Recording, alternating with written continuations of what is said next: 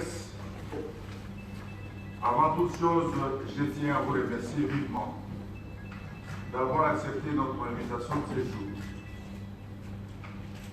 Vous avez été contacté par mes services pour vous enquérir de la situation sécuritaire qui prévaut dans les coins de la République, à savoir la ville de Kinshasa, la province du Congo central, l'espace kassaïen et le Tanganyika notamment. Ces provinces étant aujourd'hui sous le feu de l'actualité, il me semble légitime, à la presse que vous êtes, de chercher à obtenir la bonne information auprès des autorités habilitées à la politique. Et c'est pourquoi il était de notre devoir, nous, pouvoir public, de vous inviter pour qu'à travers vous, l'opinion soit parfaitement éclairée. Mesdames et messieurs, je commencerai d'abord par la situation dans le Congo central et dans la ville de Kinshasa. Les partisans du parti politique dénommé Bundu Dia Mayala, issu de la transformation du mouvement politico-religieux Bundu Dia Congo, ont provoqué des troubles sanglants dans la province du Congo central du 22 au 24 janvier et le 3 février 2017, particulièrement dans les agglomérations de Kimpese, Luozi, Kisantu Lukala et la cité de Bazandu. Ces jeunes drogués et endoctrinés à souhait ont ravi des armes aux forces de l'ordre, bloqué le trafic sous la nationale numéro 1. Ils ont réussi à laisser des agents de l'ordre à l'arme blanche et à armes de feu, en organisant notamment des expéditions punitives contre les biens de certains compatriotes, notamment les biens de M. Matezoro, vice-ministre des Îles-de-Terre dans le gouvernement actuel, dont la résidence, la boulangerie et la radio ont été pillés et saccagés. Les postes de police et les véhicules de privés ont été également vandalisés. Les dégâts humains se sont élevés malheureusement à 7 morts, dont un policier et 6 militants BDM, 25 blessés, dont 19 policiers et 6 partisans Bundu Dia Mayala. Vous pouvez arranger votre téléphone s'il vous plaît.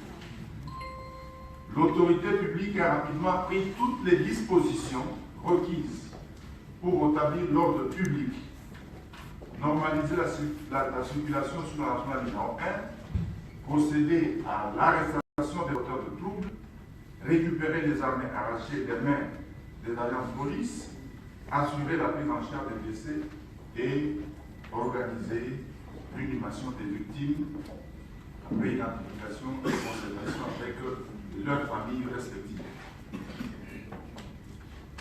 Mesdames et messieurs de la presse, comment expliquer l'irruption de cette folie meurtrière après quelques années d'hibernation du mouvement Bundu Dia Congo, son semblant de mutation en parti politique et la participation de ses membres à des dégâts politiques en cours?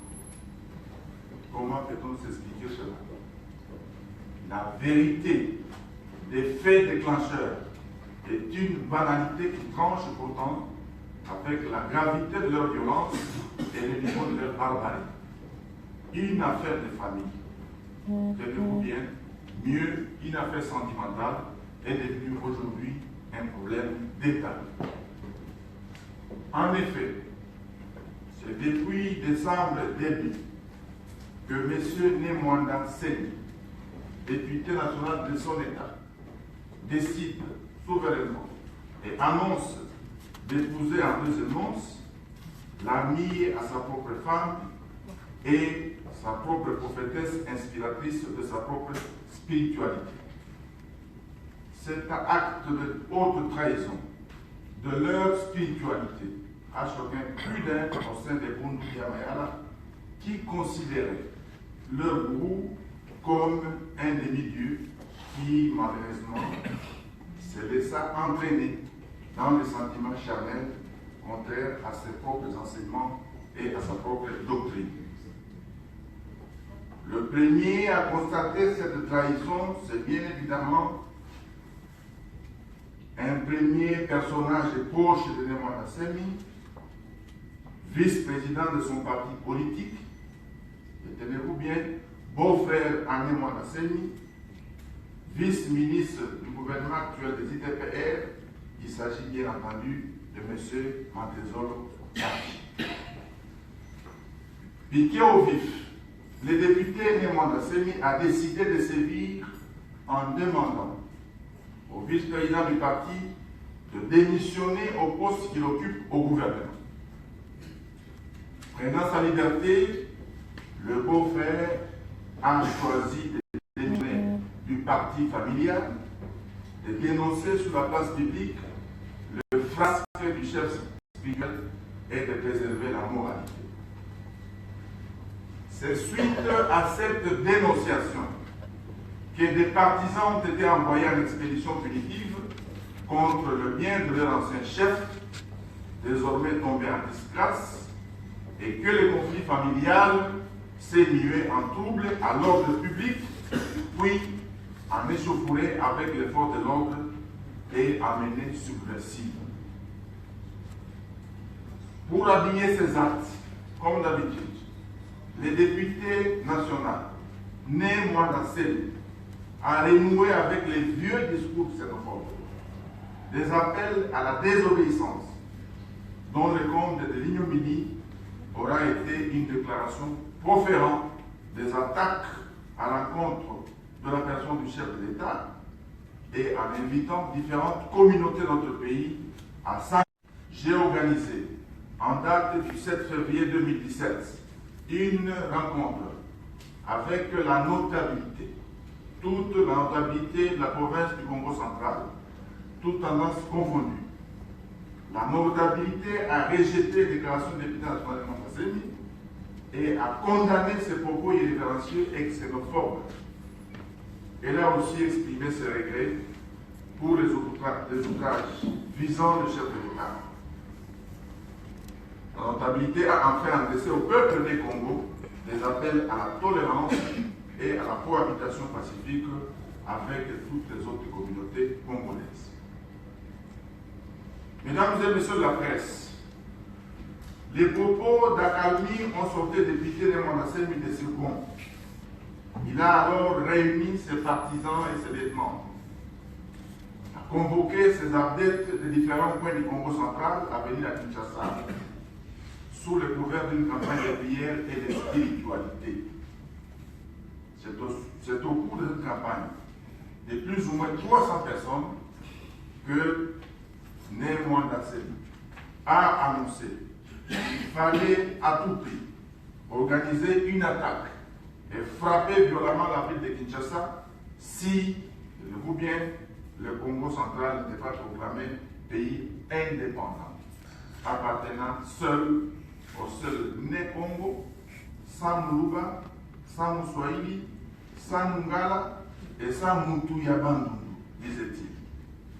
Le 13 février 2017, vers 15h, dans sa seconde résidence, ou résidence secondaire, sur l'avenue Bosengue numéro 22, dans la commune de Ngiringui, dans la ville de Kinshasa, des partisans du député précité agressent les dissidents proches de Mantezolo, qui est considéré comme un traître. Des voisins Ngiringui alertent alors la police du quartier, qui se rend sur les lieux et subit des attaques de la part de ses adeptes totalement drogués et exaltés, qui brandissent des armes blanches et des armes de guerre. La police leur arrachera de manière professionnelle 4 AK-47 et une arme Uzi. Dans la foulée de ces incidents survenus à Ngiringiri, la résidence principale du député Némoine Assemi, sur l'avenue Haute-Tension, dans la commune de Ngaliema, va connaître une agitation similaire. Un voisin, dont le seul péché était de parler swahili, a vu son véhicule vandalisé. 2 autres passants, parlant calmement Chilouba, ont été également agressés.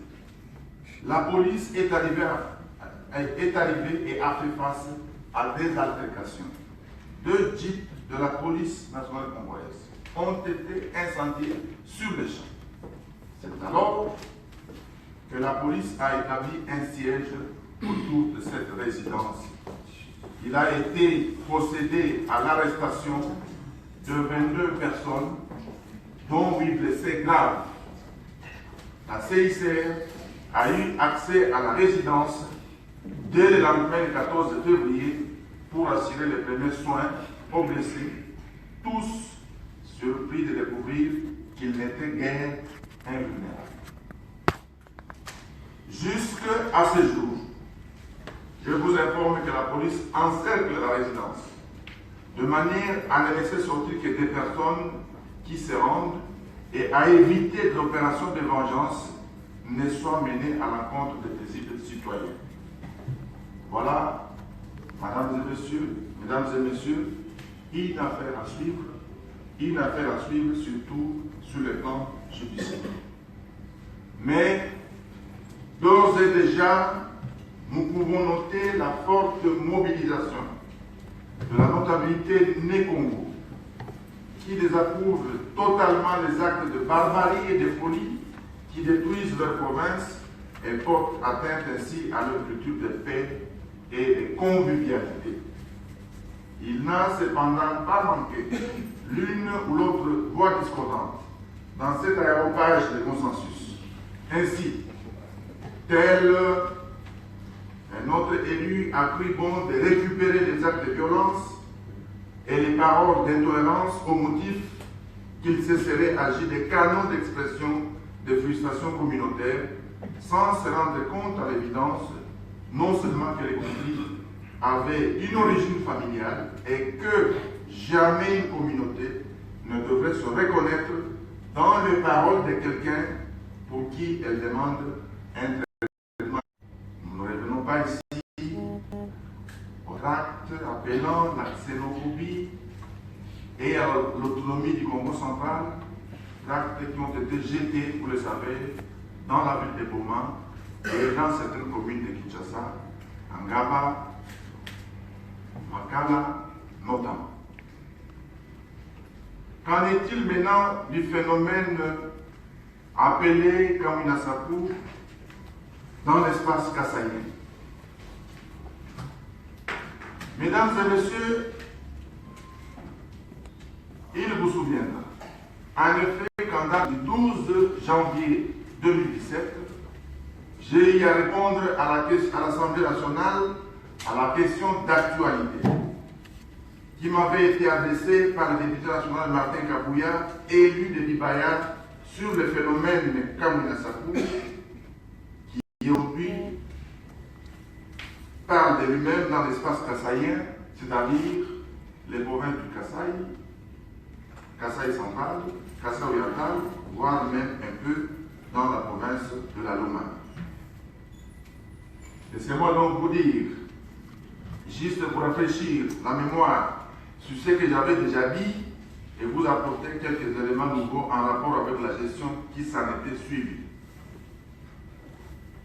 Après des incompréhensions entre l'administration provinciale et M. Kamina Sapu, depuis avril 2016, Jean-Pierre Sakoupandi, ressortissant du village Kamina Sapu, groupement Bajila Kassanga, secteur du bataille, territoire de Kibaya dans la province du Kassai central, a décidé de lever une milice. Milice qui s'illustre par un mode opératoire tout à fait nouveau, utilisant armes blanches, armes de guerre, consommation d'une potion de liquide appelée Tizaba, qui les entraîne à devenir invulnérables et à poser des actes hostiles au pouvoir public par la mise à sac des symboles de l'État, le recrutement d'enfants mineurs, l'érection de barrières, les fuites systématiques des passants, l'insurrection armée contre les forces de l'ordre, ainsi que la destruction des bureaux de la CENI, la destruction des sous-commissariats de la police nationale congolaise, la destruction des écoles, des villages entiers incendiés, et surtout, la tuerie, sans autre forme de pousse, de plusieurs policiers, plusieurs militaires et de nos agents de l'enseignement. Après avoir sévi dans le secteur des batailles, dans le territoire précité, ces mouvements s'est étendu au territoire voisin, notamment à Chikapa dans la province du Kasaï, à Kabeaka-Mwanga et à Miyabi dans la province du Kasaï oriental. Et quelque peu, des personnes sont entrées à Moniditou dans la province de la Lomami, vite maîtrisée. Dans le cadre de la recherche de solutions, il a été fait des cours à des missions des bons offices d'abord, le rétablissement de l'ordre public par la police, et en cas de nécessité, l'armée suite évidemment des attaques à main armée avec des armes de guerre et des armes de chasse. Mais également des arrestations de miliciens et autres chefs de bande ou seigneurs de guerre. Et dans la recherche de solutions, vous vous souvenez, j'ai organisé récemment des rencontres avec la notabilité du Kasaï. J'ai cité ici les députés nationaux, les députés provinciaux, les sénateurs, les gouverneurs de l'espace, les membres du gouvernement du Kasaï et du gouvernement central, les notables et les chefs coutumiers. Il n'est resté que la presse. Il a été noté le développement tentaculaire de ce phénomène, qui depuis lors a pris plusieurs visages comprenant A. Kamina Sakou originel, du feu Kamina Sakou, qui a laissé ces jeunes gens tomber. B. Kamina Sakou, des bandits repris de justice, des criminels recourant à des pratiques magiques, qu'on a appelé Chizaba, pour se rendre invulnérables. C. Kamina Sakou culturel, des autres groupements voisins qui réclamaient également devenir des chefs coutumiers et avoir l'influence sur les groupements Kamina Sakou. Et enfin, un autre phénomène Kamina Sakou, celui-là il est politique, constitué des opérateurs politiques, récupérant ce phénomène comme fonds de commerce en remettant argent et matériel de violence à de jeunes gens. À ce jour, mesdames et messieurs de la presse, la situation dans les Kasaï oriental et le Kasaï est maîtrisée et est donc sous contrôle à en voir les gouverneurs de ces provinces.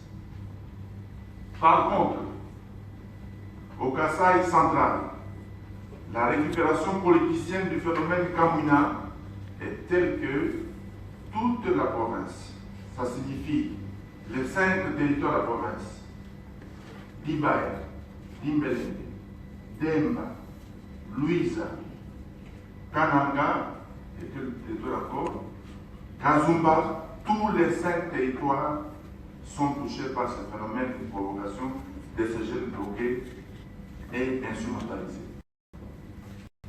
À ce stade, je disais donc, plusieurs armes de guerre sont détenues par cette milice.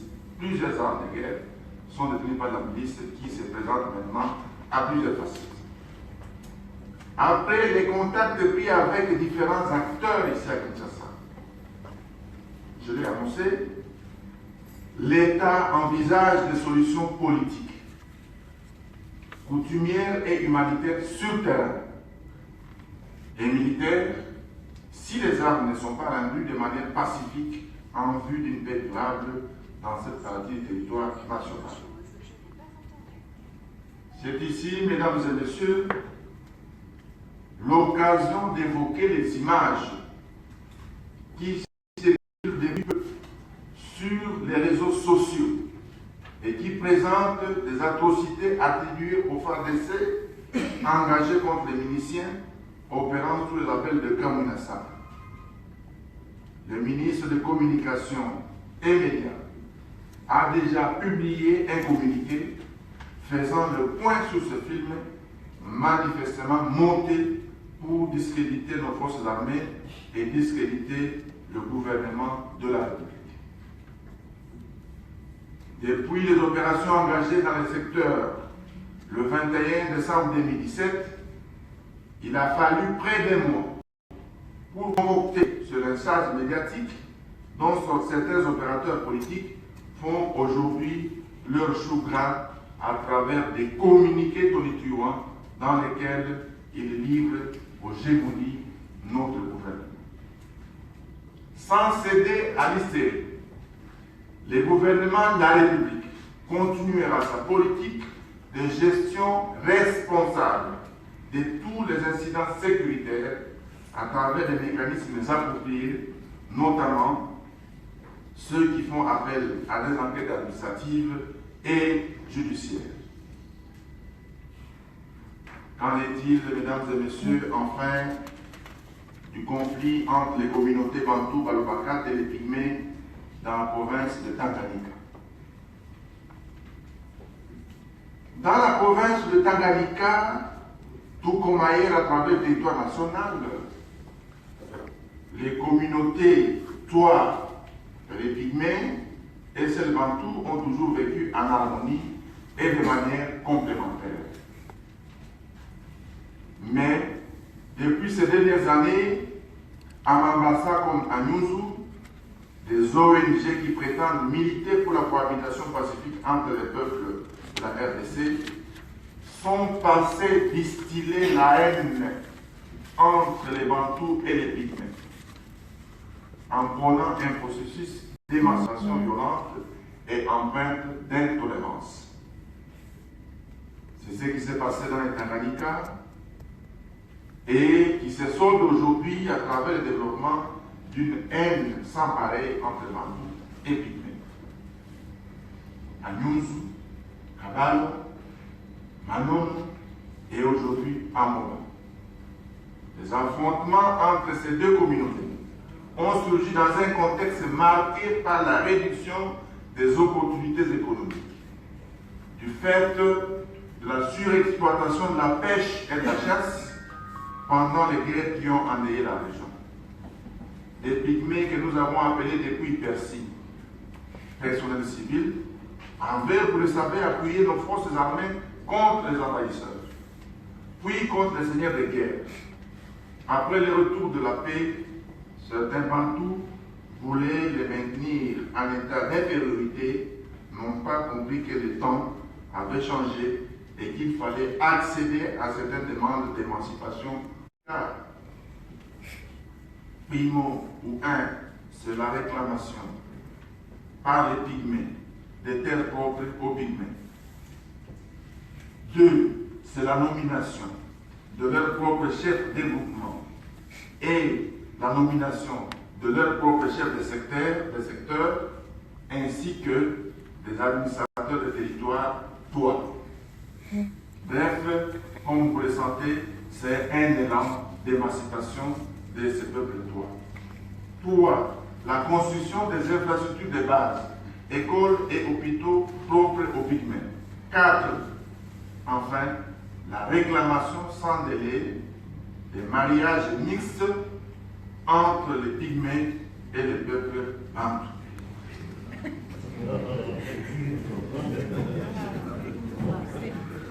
Au moment où notre pays est résolument engagé sur la voie de l'organisation des élections par la CENI, les provinces touchées par des troubles graves subissent aussi des perturbations majeures qui compromettent les opérations d'enrôlement des électeurs. Des masses de déplacés ne peuvent plus s'enrôler ou vont s'enrôler dans des circonscriptions autres que celles de leur lieu de résidence habituel. La situation se normalise de plus en plus à Nyunzu, à Manono et à Kabalo, pendant que des efforts sont en cours pour le rétablissement total de l'ordre public dans le territoire de Moba, et plus précisément à Kyungu, alors que la province de Tanganyika organise déjà depuis le 22 février prochain, mardi prochain, un grand forum pour régler ce conflit communautaire. Mesdames et messieurs de la presse, le gouvernement de la République est pleinement conscient d'une chose, à savoir que les premières solutions durables à ces phénomènes, ces solutions doivent être d'abord de type politique et communautaire. C'est pourquoi, vous l'avez suivi, nous privilégions à Kinshasa, au Tanganyika, dans l'espace kassaïen et dans le Congo central, les rencontres avec la notabilité et l'organisation des forums intercommunautaires. Nous pensons que les solutions de type militaire ou policier constituent seulement les appuis pour la sauvegarde d'un climat propice à la concertation et au dialogue. De même, les solutions judiciaires sont appelées au secours pour garantir la justice et la paix. Oui, vous j'étais là. Mesdames et messieurs de la presse, mais pour le moment, les espoirs pour une solution pacifique dans l'espace kassaïen reposent également sur l'implication des originaires et à la conscientisation des tireurs de ficelles bien identifiés qui rencontreront la justice sur leur chemin s'ils ne renoncent pas à leur entreprise macabre. Quant au cas de Némoana Seni, à ce jour retranché dans sa résidence de ma campagne, dans la commune de Ngaliema, les forces de l'ordre lui donnent encore la chance de se rendre pour éviter les dégâts et se mettre à la disposition de la justice pour répondre de ses actes. Pour les Tanganyika, comme je vous ai dit, nous entendons organiser dans les jours qui viennent une rencontre de deux communautés pour analyser les revendications des uns et des autres et envisager les pistes de solutions susceptibles de réinstaurer la paix durable entre les deux communautés. C'est la raison de la convocation du prochain forum qui s'ouvre la semaine prochaine dans le chef-lieu de la province, à savoir la ville de Kaliembe. Si j'avais déjà évoqué la circulation sur les réseaux sociaux du film accusant les phares de ces crimes atroces, je ne saurais clore cette communication sans évoquer les actes de vandalisme perpétrés ce matin dans la paroisse Saint-Dominique, dans la commune de Limete, ville de Kinshasa. En effet, une horde d'une vingtaine de personnes, prétendument présentées comme militants d'un parti politique, ont fait irruption dans cette paroisse vers 5 h du matin et ont profané le tabernacle et tout saccagé. L'autel, la statue de la Vierge Marie et même les bancs.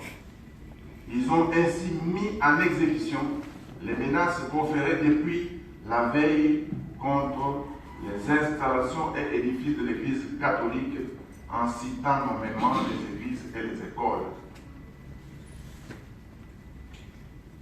Des incidents similaires venaient d'avoir lieu hier samedi le 18 février 2017 au grand séminaire Maloré de Kananga dans le Kasaï central. Les miliciens Kamouina qui avaient occupé l'établissement d'enseignement supérieur ont saccagé les installations, brûlé les biens des formateurs. Il a fallu une action forte de nos policiers pour les interroger. Nous condamnons avec la dernière énergie tous ces actes barbares contraires aux principes démocratiques.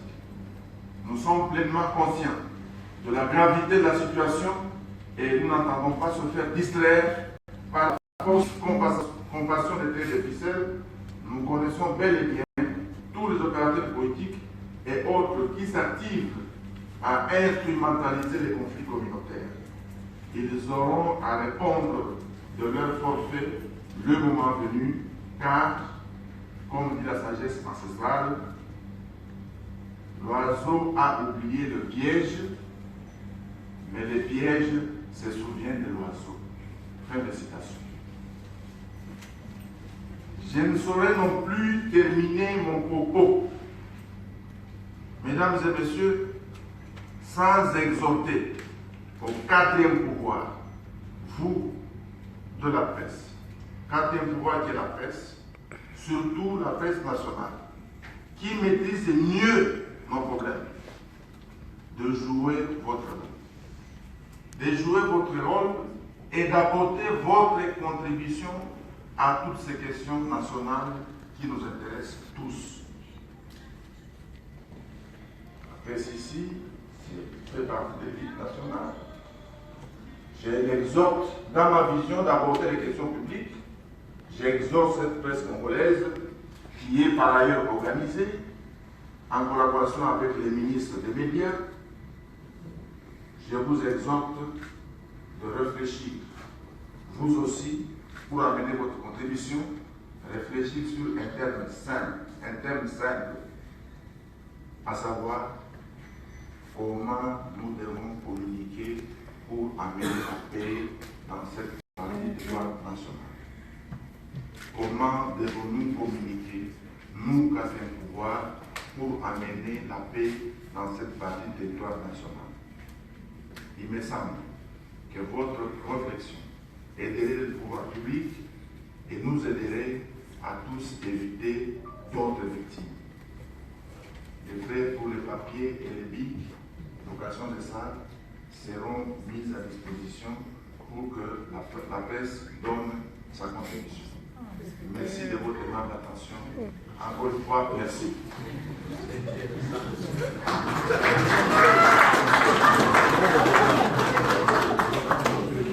Merci bien, Excellence. Merci pour la clarté de votre exposé.